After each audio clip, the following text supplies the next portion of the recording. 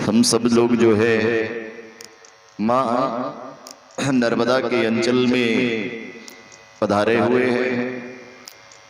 नर्मदा के क्षेत्रीय वासी आप समस्त धर्म प्रेमी जन एवं समस्त ग्राम के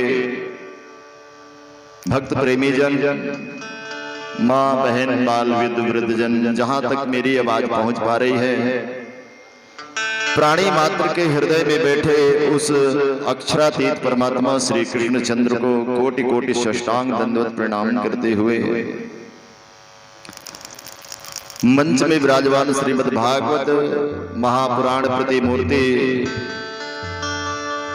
एवं वांग्मय स्वरूप वाणी साहब एवं समस्त संकेतक गण और हमारे आए हुए समस्त भक्त प्रेमी जन, जहां तक मेरी आवाज सुन पा रहे हैं, आप सभी सज्जनों से मेरा कोटि कोटि दंडवत प्रणाम है। आइए इस भगवान की प्रेममय लीला को श्रवण करने से ही जीव का कल्याण होता है। इस संसार में जीव जगत में आया है, लेकिन इस संसार में मनुष्य तन धारण करके आया तो जरूर है, लेकिन प्यारे इस संसार में आकर के सारा मोह माया में ही भूल गया है। केवल इस संसार में जीने और कमाने में ही लगा हुआ है इंसान, है ना। इसलिए जो है आज जो इस संसार से शरीर छूट जाता है, इसके बाद उसका कोई भी अस्तित्व इस जगत में नहीं रह जाता। कारण क्या है? क्योंकि परमात्मा ने इस जगत में हमें भेजा है और हम मनुष्य तन में आकर के, इस मोक्ष तन में आकर के भी परमात्मा को ध्यान न कर सके, समस्त संसार के भौतिक वस्तुओं में ही भटक रहे हैं और मिथ्यावाद में ही संसार में अपना जीवन व्यर्थ चली जा रही है ना। इसलिए जो है संसार में रहते हुए भी, इस संसार के समस्त माया में रहते हुए भी उस पर ब्रह्म परमात्मा का स्मरण करना, उनका नाम लेना भव सागर से पार हो जाना है। इसलिए प्यारे हैं प्रेमियों,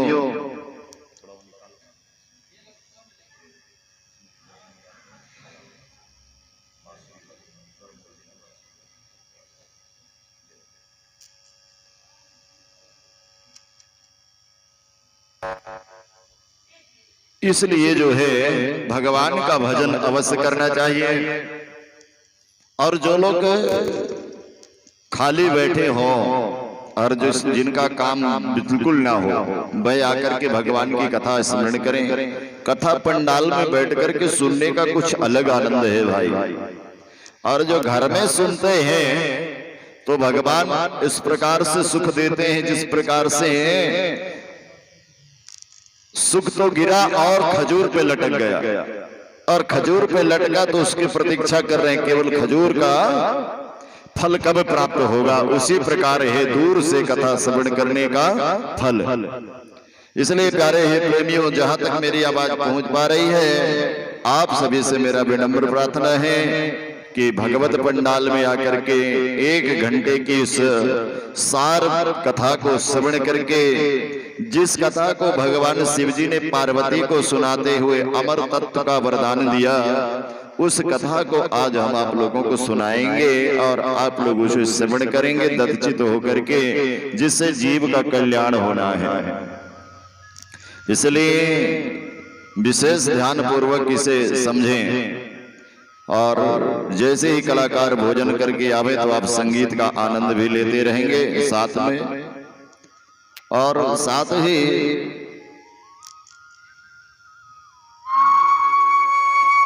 इस मधुर लीला में हम सब प्रवेश करते हैं। भगवान की दिव्यता लीला का जो आनंद है, उस आनंद को श्रवण करें, क्योंकि भगवत रूपी अमृत जब ही मिलता है जब कई जन्मों के फल, संचित फल केंद्रित होते हैं। इकट्ठा होते हैं महाराज, तब जाकर के कहीं भगवत का रस प्राप्त होता है, भगवान का रस मिलता है। इसलिए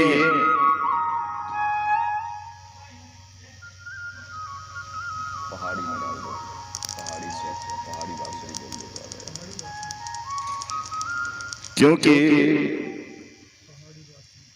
भगवान का जो प्रेममय लीला है, भगवान के 24 अवतार होते हैं संसार में, भगवान विष्णु के 24 अवतार होते हैं, और उसी अवतार में एक परम तत्व अवतार जिसे कहते हैं पूर्ण और परिपूर्णतम अवतार। अवतार तो 6 प्रकार के होते हैं प्यारे हैं प्रेमियों।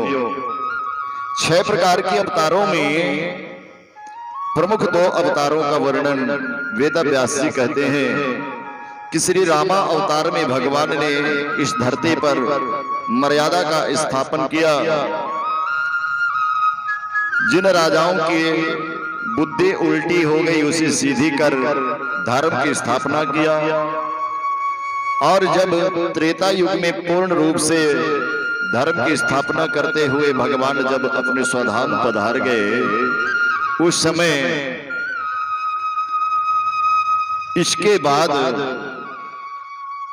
इस त्रेता का अंत हुआ और समय अनुसार जब 28वें द्वापर आया, उस समय भगवान श्री कृष्ण पूर्ण और परिपूर्णतम अवतार के रूप में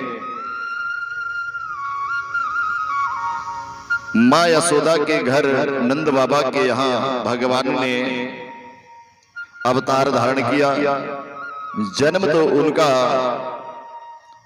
पुराणों के अनुसार भगवान वासुदेव माता देवकी के घर में होता है, लेकिन जहां पालन हो और जहां उनका भरण पोषण हो, उसको भी उनका जन्मभूमि ही माना जाता है। क्योंकि वसुदेव जी महाराज का घर जो है गोकुल में ही था, क्योंकि वसुदेव जी महाराज को तो कैद खाने में कारागृह में बंद कर दिया गया था।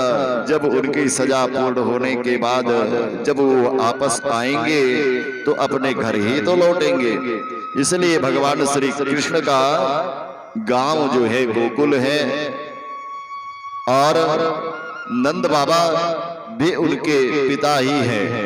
ठाकुर जी के माता यशोदा, मैया देवकी और महाराज वसुदेव जी हैं। इस प्रकार से जब भगवान का प्रादुर्भाव का समय होता है, उस समय भगवान ने इस संसार में आकर के प्रेम की स्थापना किया। प्रेम क्या है इस जगत में? प्रेम तो सभी करते हैं संसारिक दृष्टि से कहा जाए तो। प्रेम को केवल संसार के लोग यही समझते हैं कि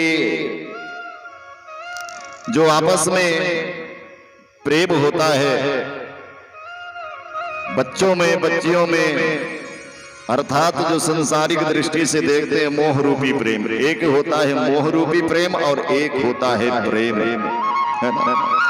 और लगभग इस संसार के लोग ज्यादा है तो मोह रूपी प्रेम में डूब रहे हैं। जब मोह रूपी प्रेम में संसार में जीव डूब जाता है तो उसे कहते हैं मोहग्रस्त हो गया। यही तो कारण है भगवान इस संसार में आए, संसार में समझाते हैं, धर्म की स्थापना करते हैं महाराज कि इस जगत में मोह से मुक्ति कैसे मिलेगी। तो आज लोगों का एक ही ध्येय होता है कि भगवान पंडित जी को बुला करके कथा सुन लेंगे तो हमें इस संसार से मुक्ति मिल जाएगी। हमारे पूर्वज जो है, हमारे परिजन जो है हमें कथा श्रवण करा देंगे तो हमारा कल्याण हो जाएगा। लेकिन ऐसा अगर कल्याण होने लगता तो न जाने संसार में कोई जीव पापी होता ही नहीं। वास्तव में कहा जाए संसार में केवल भ्रम फैलाया जा रहा है कि हम तुम्हारा कल्याण कर देंगे, लेकिन वास्तव में कल्याण करने के लिए स्वयं की आवश्यकता पड़ती है। जिस प्रकार से शरीर को पालने के लिए भोजन स्वयं खाना पड़ता है, उसी प्रकार कर्म को बनाने के लिए स्वयं करना पड़ता है। कर्ता स्वयं हो, ना कि संसार में कोई दूसरा कर्म करेगा। पंडित जी तो अपना कर्म कर रहे, पूजा वो अपने हिसाब से कर रहे। पंडित जी ओम नमो भगवते वासुदेव तो आप स्वयं बोल रहे हैं, तो तुम्हें कहां से मिलेगा? आवश्यकता पड़ने पर आपको थोड़ा बहुत चंदन वंदन लगवा दिए, समर्पयामी करा दिए, तो लगा कि महाराज हमारे लिए कर रहे हैं। इस संसार में कोई किसी के लिए नहीं करता है, इसलिए स्वयं करना चाहिए। पंडित जी केवल राह बताने के लिए हैं। पूजा करा करके तुम्हें पूजा का फल नहीं मिलने वाला है कि आप पंडित जी से पूजा, आप स्वयं करो पूजा। उनसे राह सीखो कि हमें पूजा की विधि बताइए, पूजा कैसे की जाती है भगवान की। जैसे विद्यालय में टीचर होता है और वह पढ़ाता है बालकों को, और बालकों को पढ़ाते हुए यही कहता है बेटा इसे याद कर लेना। गुरुजी के याद करने से काम नहीं चलेगा, पेपर में बालक बैठेगा ना कि गुरुजी, परीक्षा देने बालक ही बैठेगा। इसी प्रकार जब आपका वहां निराकरण होगा, कहां? धर्मराज के दरवाजे में यमदूत यहां से पकड़ के लेके जाएंगे घसीटते हुए। जब तुम्हारा लेखा जोखा होगा, उस समय पूछा जाएगा तुमने क्या किया? बोले पंडित जी बुलवा के पूजा किया। तो बोले तुमने किया कि नहीं कि पंडित जी ने किया? बोले पंडित जी ने किया। तो बोले तुमने क्या किया? उस समय कहे महाराज हमने तो ओम नमो भगवते स्वाहा बोले तो हम आग में चावल डाल दिए, बस इतना तो किए महाराज, बस इतना ही किया। तुमने कभी कुछ किया नहीं जीवन में। सो तो पंडित ने ले गया जो कराया, तो तुमसे धन ही ले गया और साथ में अपना धन पूजा का फल भी साथ ले गए। तुम्हें क्या मिला? कुछ नहीं महाराज। उसी समय कहता है जा इसीलिए दंड भोगेगा, नरक में जाकर के दंड भोग, पुनः जाएगा संसार में। इसके बाद जब 84 लाख योनियों को भटकते हुए जब जाएगा कहीं मनुष्य तन में, तब जाकर के याद रहे इस दिन कि तुम्हें जो कष्ट मिला है तो अपने न करने के कारण मिला है। स्वयं करो भाई, इस तभी कल्याण होगा, है ना? इसलिए भगवान की भक्ति स्वयं की जाती है। हम तो केवल बता सकते हैं। पंडित लोगों का काम क्या है, महाराज लोगों का काम क्या है कि भैया कि ऐसा करो तो ऐसा होगा, है ना? प्रभु राम इस धरती पर आए तो क्या बता के गए कि देखो बच्चों को चाहिए कि पिता का पैर छुए सुबेरे उठ करके। प्रातः उठहि हे रघुनाथा, मातु पिता गुरु नाभहि माथा। प्रातः उठ करके शिक्षा दिया प्रभु राम ने आकर के कि बालकों को क्या करना चाहिए कि घर से जैसे बिस्तर से उठे तो भगवान का स्मरण करते हुए माता पिता के चरणों को प्रणाम करे। लेकिन जब राम ने ऐसा किया तो इस संसार के प्राणी तो राम से भी बढ़कर हैं। भगवान का तो छोड़ो, वो तो माता पिता का प्रणाम करते थे, लेकिन हम लोग तो माता पिता को भी प्रणाम नहीं करते। तो कथा सुन लेने से हमारा काम थोड़े हो जाएगा महाराज। कथा को सुन करके और उस राह पर थोड़ा भी चलोगे ना, एक कदम भी चलोगे तो जीव का कल्याण हो जाएगा। नहीं पड़ेंगे फिर कोड़े। अब बहुत बड़ी बात विषय तो ये आती है कि महाराज पहले जो बहुत पाप किए हैं उसका क्या होगा? वो पहले गठरी तो बंधी हुई है, वो तो सभी जान जाते हैं महाराज की पाप तो हुआ ही है। अब पाप हुआ है तो कैसा हुआ है महाराज? क्या कहें, पाप बहुत विचित्र पाप है। हमने बहुत से जीव हत्या की है और उनको मार करके अपने स्वाद, जिह्वा के स्वाद के लिए हमने खा गए महाराज। बहुत से बाटल में ला करके शराब पी गए महाराज, जो नहीं पीना चाहिए था। परंतु उसके भी उपाय बताए गए हैं कि भैया देखो अगर हो जाए तो ऐसा करना चाहिए कि जितना ज्यादा हो सके तो भगवान का स्मरण करके पश्चाताप करना चाहिए। लोग कहते हैं ना कि अरे गलत हुआ, हमने उसके साथ ऐसा किया। ये पश्चाताप से ही पाप जलते हैं महाराज, कथा सुनने से नहीं जलता है कि हम तुम्हें कथा सुना दें और केवल जय जय भगवान, जय हो भगवान, सत्यनारायण की कथा हमने सुन लिया, आप सदा पाप से मुक्त हो गए, फिर लग गए पाप करने में, फिर जाएंगे गंगा मैया नर्मदा जी स्नान कर लेंगे, फिर मिट जाएगा। ऐसा नहीं है। एक बार जिसने